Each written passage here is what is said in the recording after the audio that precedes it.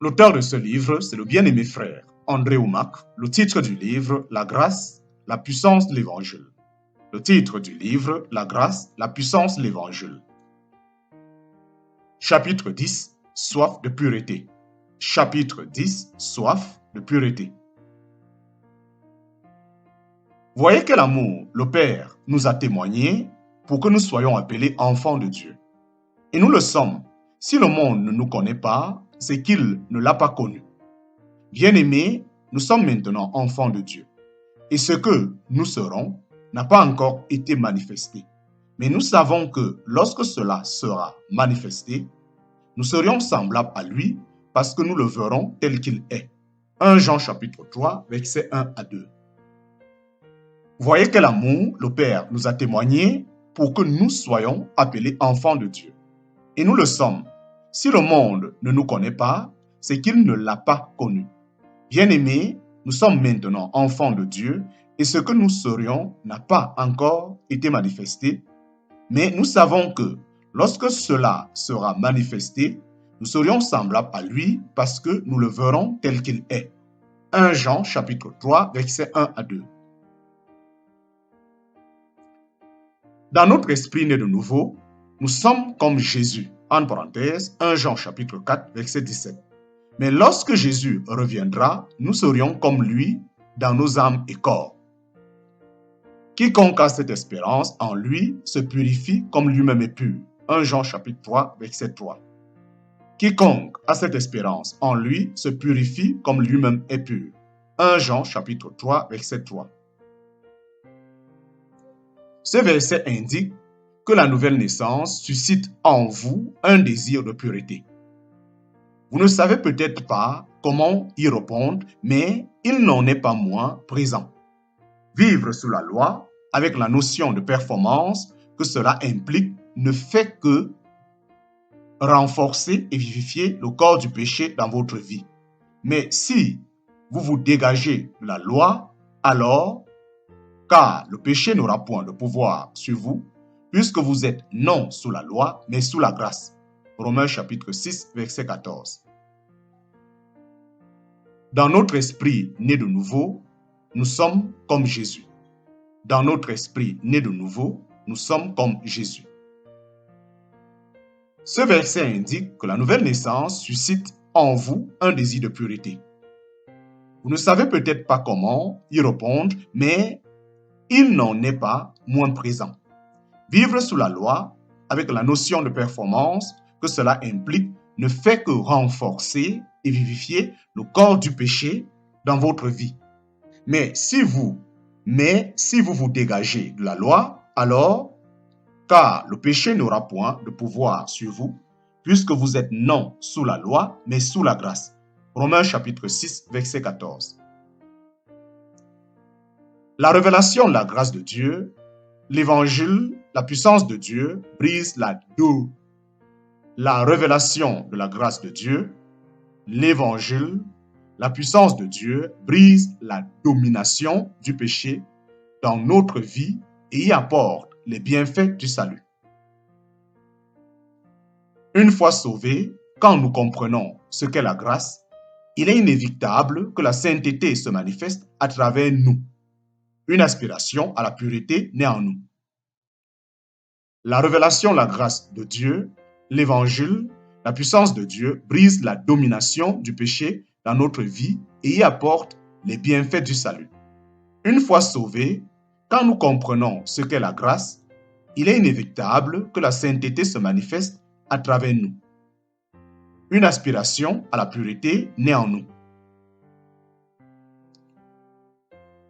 Voir dans cet enseignement une autorisation à vivre dans le péché signifie qu'on n'est pas réellement né de nouveau, car la nouvelle naissance suscite en nous le désir de nous purifier.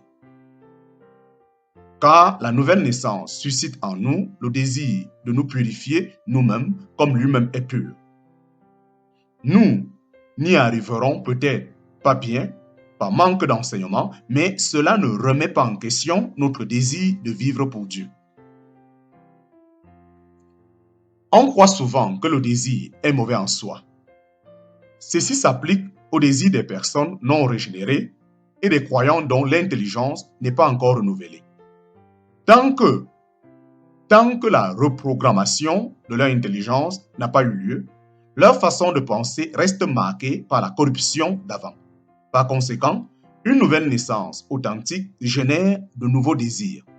Aussi, plus nous nous soumettrons à notre nouvelle nature en la laissant nous diriger, plus nos actes seront purifiés.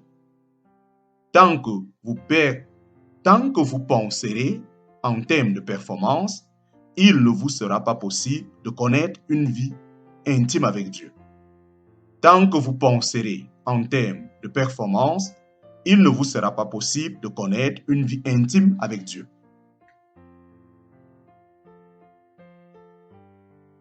Aussi, plus nous nous soumettrons à notre nouvelle nature, en la laissant nous diriger, plus nos actes seront purifiés. Tôt ou tard, au fil de nos expériences quotidiennes, nous nous apercevrons que la domination du péché a été brisée dans notre vie. Don ou salaire, car le salaire du péché, c'est la mort. Romains chapitre 6, verset 23a. Car le salaire du péché, c'est la mort. Romains chapitre 6, verset 23a. Le terme salaire évoque une rétribution pour quelque chose. La nature pécheresse produit est rétribuée par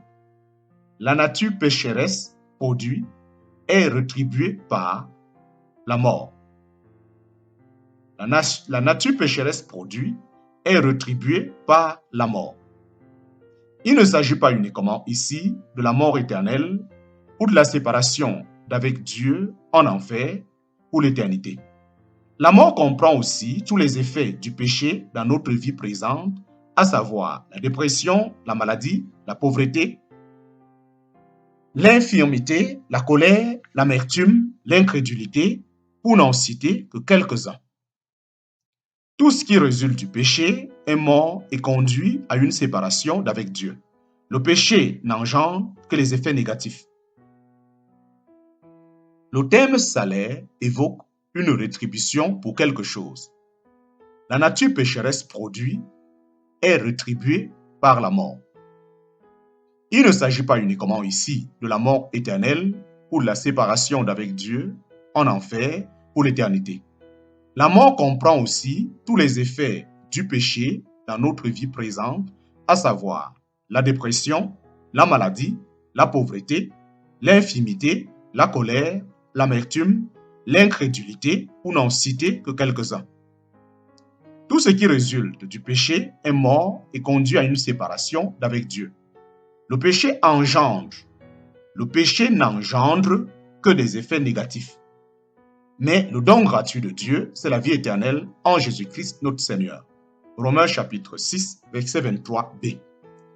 Mais le don gratuit de Dieu, c'est la vie éternelle en Jésus-Christ notre Seigneur. Romains chapitre 6, verset 23b. La vie éternelle consiste à connaître Dieu. En parenthèse, Jean chapitre 17, verset 3. Il ne s'agit pas seulement de vivre pour l'éternité avec lui, quoique cela en fasse partie. Paul fait allusion à une relation personnelle avec Dieu, une relation proche, intime. Une bonne vision de la grâce du don de Dieu permet d'expérimenter cette intimité avec lui par le Seigneur Jésus-Christ. Tant que vous penserez en termes de performance, il ne vous serait pas possible d'y goûter. Peu importe l'excellence de votre conduite, jamais vous n'y arriverez ainsi, car la vie éternelle, l'intimité avec Dieu est un don. Tant que vous penserez en termes de performance, il ne vous sera pas possible d'y goûter. Peu importe l'excellence de votre conduite, jamais vous n'y arriverez ainsi, car la vie éternelle, l'intimité avec Dieu est un don. La consécration de ma vie. La consécration de ma vie.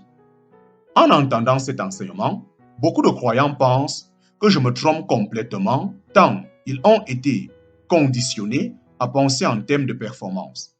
Ils prétendent que mes sermons sont destinés à justifier une vie immorale et à servir d'excuse pour pécher. C'est complètement faux. Ma façon de vivre démontre que je n'encourage en rien le péché. J'ose avancer que ma vie est sans doute plus sanctifiée que celle de mes détracteurs. Je n'ai jamais bu d'alcool ni fumé de cigarettes. Je n'ai jamais employé de mots grossiers ni même bu de café. Je ne mets pas le café et l'alcool dans la même catégorie. Il existe d'ailleurs un verset qui autorise à boire du café. S'ils boivent quelques breuvages mortels, il ne leur fera point de mal. Marc chapitre 16, verset 18. Je plaisante. Plus sérieusement, ma vie est marquée par la sainteté. Elle est consacrée. Ne vous méprenez pas. Je ne cherche pas à me vanter et ma relation avec Dieu n'est sûrement pas basée sur cette consécration. Mon but ici est de contrer ceux qui me reprochent d'enseigner la grâce pour justifier une façon de vivre immorale. Non, la grâce ne m'a pas conduit à vivre dans le péché. J'ai atteint un niveau de sanctification dans ma vie que beaucoup pourraient m'envier. Pourtant, je peux vous assurer que je n'ai trouvé la paix avec Dieu que lorsque j'ai compris sa grâce. Tant que je m'en remettais à mes efforts de sanctification, je n'ai pas connu la joie. Tant que je m'en remettais à mes efforts de sanctification, je n'ai pas connu la joie.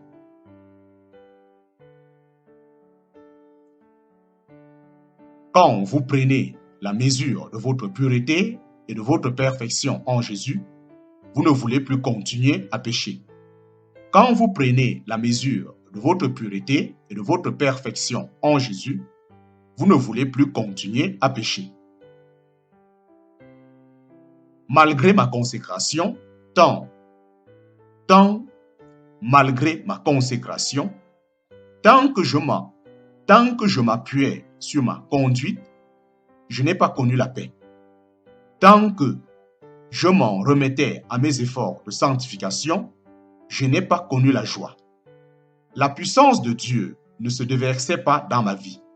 En raison de mes choix, ma vie semblait bien meilleure que celle d'autres chrétiens et pourtant, je n'atteignais pas la perfection de Dieu et je manquais toujours de hardiesse et d'assurance.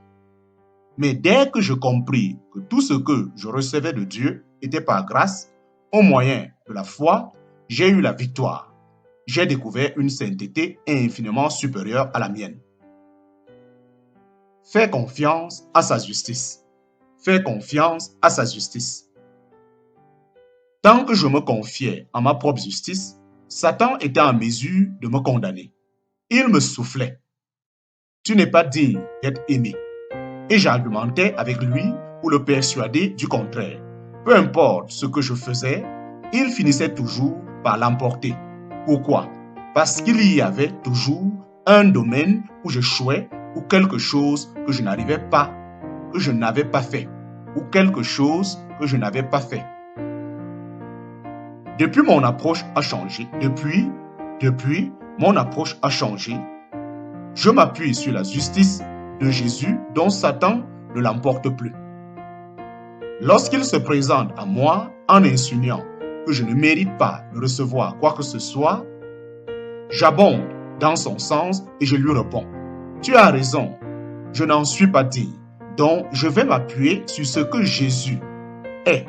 Je vais prier au nom de Jésus et je m'attends à être exaucé sur la base de sa justice et de sa sainteté à lui. Satan ne peut pas s'attaquer à la justice de Jésus. Par contre, ma justice personnelle, qui n'était que partielle et limitée, il la dénigrait sans cesse. Alors, j'ai commencé à faire confiance à la justice de Dieu. C'est un don gratuit, entre parenthèses, Romains chapitre 3, verset 23. J'y ai cru. J'ai accepté ce fardeau la bonne nouvelle de l'évangile et j'ai vu la puissance de Dieu se manifester dans ma vie.